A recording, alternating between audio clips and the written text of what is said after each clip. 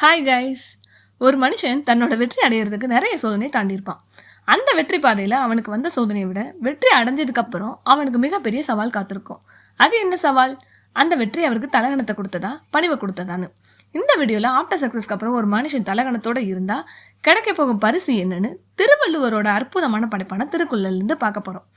அதுக்கு முன்னாடி என்னோட சேனல் சப்ஸ்கிரைப் பண்ணாதவங்க பண்ணிக்கோங்க. வாங்க வீடியோக்குள்ளே போகலாம்.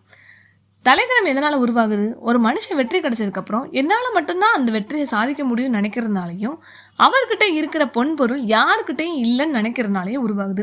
திருவள்ளுவர் 1000 ஆண்டுகளுக்கு முன்னாடியே நீ எவ்வளோ பெரிய ஆளாக இருந்தாலும் உன்னோட தலகணத்திற்கு இதுதான் கிடைக்கணும்னு சொல்லியிருக்காரு. அதில் முதல் திருக்குறள், எல்லாருக்கும் நன்றாம் பணிதல் அவருள்ளும் செல்வர்க்கே செல்வம் தகைத்து. பணிவு என்பது எல்லாருக்கும் உண்டான நல்ல குணம். ஆனால் வெற்றி பெற்றவர்களுக்கு வரும் பணிவை இன்னும் பெரிய செல்வமாக சொல்கிறாரு திருவள்ளுவர். அந்த மாதிரி பணிவு உள்ளவன் இந்த உலகமே மதிக்கும். ஆனால் எனக்கு எல்லாமே கிடச்சிருச்சுன்னு தலகணத்தோட ஒரு மனிதன் வாழ்ந்தா அவனுக்கு கிடைச்சது எல்லாத்தையும் மெதுவாக இழக்க ஆரம்பிப்பான். உதாரணத்துக்கு நம்ம முன்னாள் ஜனாதிபதி டாக்டர் அப்துல் கலாம் மிகப்பெரிய பதவியில் இருந்தாலும் எளிமையாக வாழ்ந்தவர். ஒரு முறை ஒரு ஸ்கூலுக்கு அவர் போனப்ப அங்கிருந்த ஸ்டூடெண்ட்ஸோட தரையில் உட்காந்து பேசியிருக்காரு. அதனால தான் எல்லாரும் மக்களின் ஜனாதிபதினு சொல்கிறோம். அவர் தலகணத்தோட வாழ்ந்திருந்தா இந்த அளவுக்கு அன்பு கிடைச்சிருக்காது. இரண்டாவது திருக்குறள், நிலையில் தெரியாத அடங்கியான் தோற்றம் மலையினும் மானப்பெரிது. ஒரு மனிதன் எவ்வளோ பெரிய நிலைக்கு போனாலும் அவன் அடக்கமாக பணிவாக இருக்கிற அவனோட பெருமை மலையை விட பெரியது. வெற்றி கிடைத்த பிறகு பணிவோடு இருக்கிற மனிதன் தான் உண்மையான பெரியவன்னு சொல்றாரு திருவள்ளுவர். உதாரணத்துக்கு ஒரு நிறுவனத்தில் பணியாற்ற ஒரு ஊழியருக்கு பதவி உயர்வு கிடைக்குது. பதவி உயர்வு கிடைச்சதுக்கு அப்புறம் அவருக்கு கீழே வேலை செய்பவர்களை கடுமையாக பேச ஆரம்பிக்கிறாரு. கொஞ்ச மாசத்திலே அவரை பற்றி நிறைய புகார் போயிருக்கு. கடைசியில் அவரோட பதவி அவரிடமிருந்து பறிக்கப்பட்டிருக்கு. அவரோட தலைகணத்திற்கு கிடைத்த பரிசு வீழ்ச்சி. இதில் முக்கியமான வாழ்க்கை படம் தலைகணம் முதல்ல இனிமையான உணர்வு தரலாம்.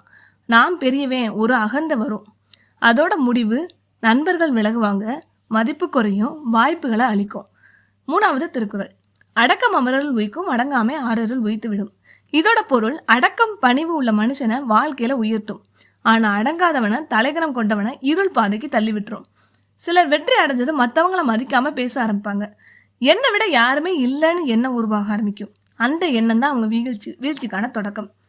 வெற்றி அடைஞ்சதுக்கு அப்புறம் வரும் பணிவு வாழ்க்கையின் அடுத்த நிலைக்கு கொண்டு செல்லும். வரும் தலைகணம் கிடைத்த வெற்றியையும் பறிக்கும் அளவிற்கு வீழ்ச்சியை உருவாக்கும்.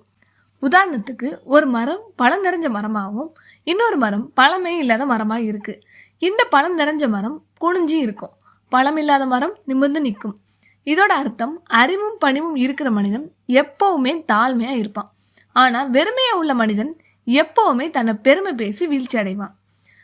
குறள் 4, பெருமை பெருமிதம் இன்மை, சிறுமை பெருமிதம் ஊர்ந்து விடல். ஒரு மனிதனுக்கு உண்மையான பெருமை தலைகணம் அகந்தை இல்லாம இருக்கிறது தான். ஆனா தன்னைத்தானே பெருமைப்படுத்தி கொண்டு தலகணத்தோட இருந்தா அந்த அகந்தையை அவனை மெதுவா சிறுமப்படுத்திடும். இதான் இதோட பொருள். உதாரணத்துக்கு ஒரு விளையாட்டு வீரர் தொடர்ந்து சில போட்டிகளை வின் பண்றாரு. அதுக்கப்புறம் பிராக்டிஸ் செய்யறத குறைச்சி நான் ஏற்கனவே சிறந்த வீரன் நினைச்சு பாக்குறாரு. அடுத்த போட்டியில அவரோட கவனம் குறைஞ்சி தோல்வியை அடைஞ்சிடறாரு. அவரோட தலைகணத்திற்கு கிடைத்த பரிசு தோல்வி. 5வது குறள், பணியுமாம் என்றும் பெருமை, சிறுமை அணியுமாம் தன்னை வியந்து.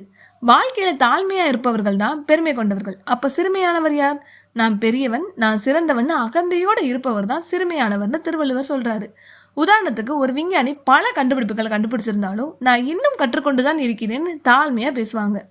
அதனாலதான் இன்னமும் அவங்கள இந்த உலகம் மதிக்குது. இந்த உலகத்துல பல திறமை இருந்தும் வீழ்ச்சியை சந்திச்சிருப்பாங்க. திருவள்ளுவர் சொல்ற ஒரு பெரிய உண்மை, அகந்தை மனிதனை உயர்த்தாது, அது மெதுவா அவனை வீழ்ச்சிக்கே அழைத்து செல்லும். தலைகணம் கொண்ட மனிதன் ஆரம்பத்துல உயரமா தோணலாம், ஆனா அவருக்கு கிடைக்கும் பரிசு வீழ்ச்சி. தாழ்மையுடன் நடக்கும் மனிதன் ஆரம்பத்துல சாதாரணமா இருந்தாலும் காலம் செல்ல செல்ல அனைவராலும் மதிக்கப்பட்டு வெற்றியுடன் வாழ்வார்.